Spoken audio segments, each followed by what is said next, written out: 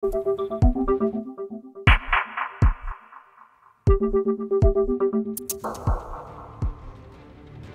ang ilang senador sa isang draft resolution na layong linawin ang magiging sunod na hakbang ng impeachment court. Kaugnay ito ng desisyon ng Korte Suprema na unconstitutional ang impeachment complaint laban kay Vice President Sara Duterte. May unang balita, si Mav Gonzales. Nagpapaikot ngayon ang draft resolution sa Senado na layong linawin ang magiging tugon ng Senado sa ruling ng Korte Suprema sa impeachment ni Vice President Sara Duterte.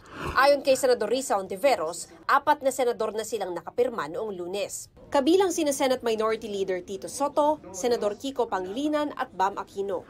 Sa draft na ipinadala ni Pangilinan, ipinapahayag ng resolusyon ang sense of the Senate na dapat ibase ng Korte Suprema ang anumang aksyon nila sa impeachment sa mga dati ng depinisyong legal. Anumang bagong interpretasyon ay dapat lamang i-apply sa mga susunod na impeachment case. Draft pa rin siya sa ngayon pero nagsasite po siya ng mga references sa ilang mga dating justices. Opo, na nagbibigay ng payo kung paano, ilang mga gabay kung paano pwedeng mag-move forward. Magbe-benefit po kami dyan kahit sa parating na debate sa August 6. Nirerespeto raw ng Senadora ang Korte Suprema, pero obligasyon din aniya ng Senado na bigyan ng accountability ang publiko. Hindi pa raw nakikita ni Senate President Chis Escudero ang resolusyon, pero hihintayin na lang daw niya ito para desisyonan ng buong Senado.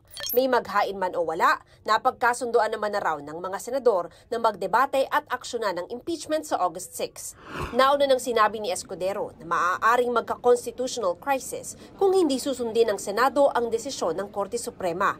Pero tingin ni Hontiveros, nakakonvene pa rin ang Senate Impeachment Court ngayon. Wala namang may gustong magkaroon ng constitutional crisis ni political gridlock o deadlock. Binubuno namin these days, these weeks, kung papaano tamang dapat kumilos ang Senado. At lahat nito ay pinag-aaralan namin.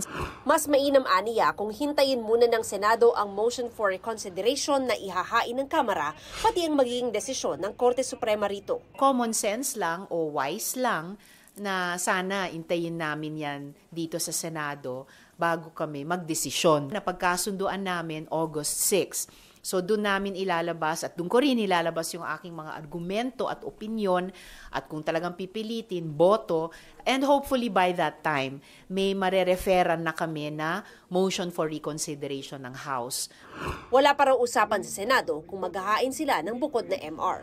Sabi ni House Prosecution Panel spokesperson Attorney Antonio Bucoy, ihahain nila ang MR sa August 9 deadline o mas maaga pa. Ito ang unang balita. Mav Gonzales para sa GMA Integrated News.